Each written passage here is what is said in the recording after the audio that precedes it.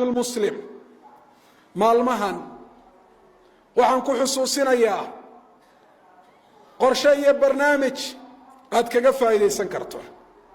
waa qodobka koobaad. 10 maalmood ee bishan u horeeya dilxija marnaba ha ilaabin hana mooganaan labada ragcadood ee la tukado wakhtiga barqada.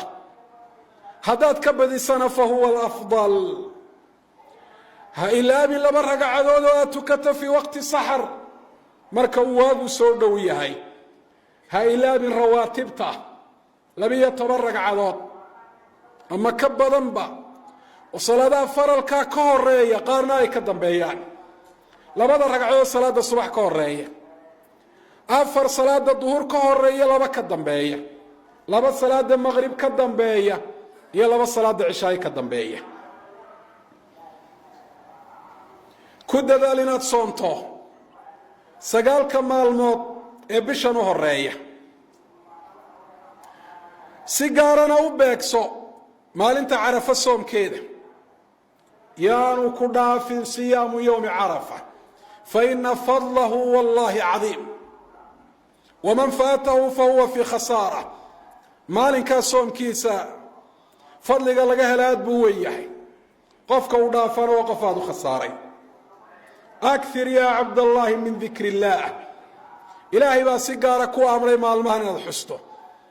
ilaahay xusuusnaantiisa iyo xusitaankiisa iyo weynayntiisa iyo ammaanistiisa farabadi. laa takfal can sadaqa tufrixu biha muxtaaja. 10 maalmood ba inaad sadaqad la baxdo ku dadaal, aad kaga farxiso qof baahan. fainahaa tudfiu gadaba rabbi subxaanahu wa tacaala. ilaahay cadhadiisay kaa bakhtiinaysaa, sida uu sheegay rasuulku calayhi salaatu wasalaam. raadka ka dhasho oo naartaa inay bakhtiiso. afdir saa'iman fii yowmi carafa aw fii gayrihi min hadihi alayaam. waynu aragnay dadku siay ugu dadaalaan inay cid afursiiyaan bisha ramadaan, laakiin maalmahan dadka sooman afursiintooda dadka badankoodu waa moogan yihiin. ka faa'iidayso fursadda ah. camalka wanaagsana dadku ay moogan yihiin fadli dheeraada buu yeelanaya. ugu yaraan hal qof inaad afursiiso oo soomay maalmahan ku dadaal. ixris cala alkalaam aladii tarjuu bihi hawaab allah waskut can gayrih. ku dadaal hadalkaad is leedahay ilaahay baad agtiisa wax kaga heli doontaa oo darajo ku yeelan doontaa oo sabab uu noqon doona ilaahay raalli inuu kaa noqdo jannada aad gasho. ka kalena iskaga aamus. faqad qaala lanaa rabbuna subxaanah laa khayra fii kaiiri min najwaahum ilaa man amara bisadaqatin aw macruufin aw islaaxin bayna annaas. hadalka ay dadu ku wada hadlayaan shirarkooda iyo faqoodu khayr ma leh 3 arrimood haddaan lagu hayn. haddaan sadaqad la ysku farahayn, haddaan dad lagu heshiisiinahayn, haddaan wanaag la ysku farahayn oo la ysugu sheegahayn. dadka ka agdhow laga bilaabo ehelkaaga iyo awlaadaada iyo asxaabtaada ku baraaruji fadliga maalmahan ay leeyihiin. ama fariin u dir, ama telefoon u dir, ama afkaba uga sheeg. walaka fii dalika bishaaratun cadiima bashara biha muxamedun rasuulu llah. arrinta noocaasa bishaaro weyn baad ku heli doontaa oo muxamed oo rasuulka ilaahay ay kuugu bushaareeyey, xayثu qaal calayhi الsalaatu wasalaam addaalu cala alkhayri ka faacilih. qofka khayrka dadka tusee u tilmaamaa xagga ajarka wuxuu la mid yahay kii sameeyey.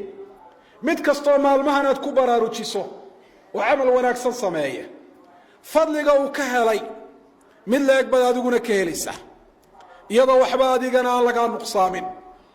weliba arrinka noocaasi wuxuu sii adkaanayaa cibaad allah marka uu xaalku yahay siduu maanta yahay, oo dadka badankoodu maalmahan ay yihiin gaafiluuna canha aw mucriduuna can alijtihaadi cala aacaati fiiha. dadka badankoodu maalmahan ay moogan yihiin ama iyagoo maqlay ay yihiin kuwa ka sii jeeda oon u soo jeedin inay ku dadaalaan daacaadka iyo waxaa ilaahay subxaana wa tacaala u dhoweynaye ayuha alcabdu lmuslim maalmaha waxaad ku dadaashaa akhrinta qur'aanka fahuwa afdalu maa yudkaru bihi rabu subxaanahu wa tacaala wax ilaahay lagu xuso waxaa u fadli badan in ilahay hadalkiisa la akhriyo ku dadaal maalin walba inaad akhrido 3 jus ugu yaraan si aad 10 maalmood qur-aanka u khatinto 3 jus haddaanad hal waqti wada akhrin karin waad qaybin kartaa bacda salaati alfajri hal jus akhri bacda salaati bayna almaqrib waalcishaa maqrib iyo cishaa inta udhaxaysana jus kala akhri bacda salaati duhri aw alcishaana jus kala akhri ma ashalaha wama afdalaha waa arrin aada u sahlan isla markaa fadligeeduna aada iyo aada u weyn yahay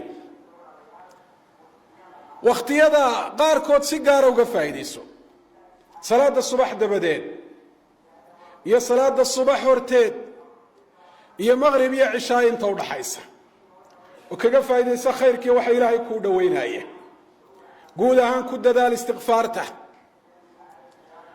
farabadii u samafalka waalidka xidhiidhinta qaraabadaada badinta salaanta dadka baahan quudintooda dadka ishaysta heshiisiintooda wanaag farista iyo xumaan reebista carabkaaga ilaali jaarka u samafal martida si fiican u sooriyee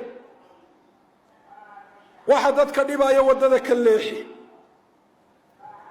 anfiq calaa zawjika wa ciyaalik cidda ilaahay arrinkooda iyo taladooda ku dhiibay maalmahan ka farxi oo masruuf ku filan sii agoon wax sii walaal ilaahay daraaddii aad u walaalowdeen booqo kuwa xanuunada u jiifa iyagana booqo ku dadaal salliga nebiga calayhi salaatu wasalaam fa innahu min afdali alcibaadaat nebiga inaad ku sallido qof muumina ha dhibin walaalahaaga u ducee iyagoo kaa maqan malag baa ku odhan doona walaka midlu dalik taasoo kalead adiguna ku heli doontaa ammaanada ilaali ballankana ka soo bax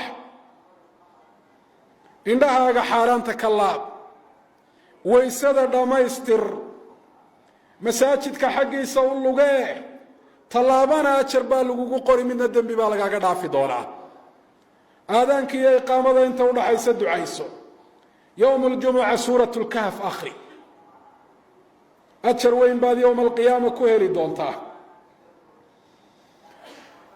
salaat lciid ku dadaal احرص على أداء صلاة العيد في المصلى كددال ذكرك إلهي صلاة الدبدود وددك مساجد كمركبة كعرراء كمن نقون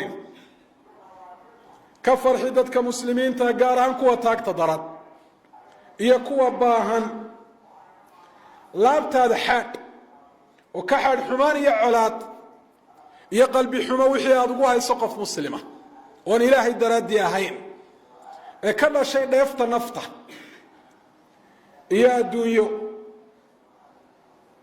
ehelkaaga wanaagga bar kuna baraaruji fursad kasta oo khayr oo ku soo martaa ka faa'iidayso bal istanic anta furas alkhayr ku dadaal adigu fursadaha khayrka inaad abuurto inaad samaysato ku dadaal oo fursadaha lagu sheegayo kuwa aan ahayn adigu waqtigaaga inaad ka soo saarto oo ilaahay subxaanahu wa ta'aala ugu dhawaato nas'alu Allah subxaanahu wa ta'aala an yuwaffiqana lidhalik wa yuyassira lana sabila wa yaghfir lana wa liwalidina wa lilmuslimina wal muslimat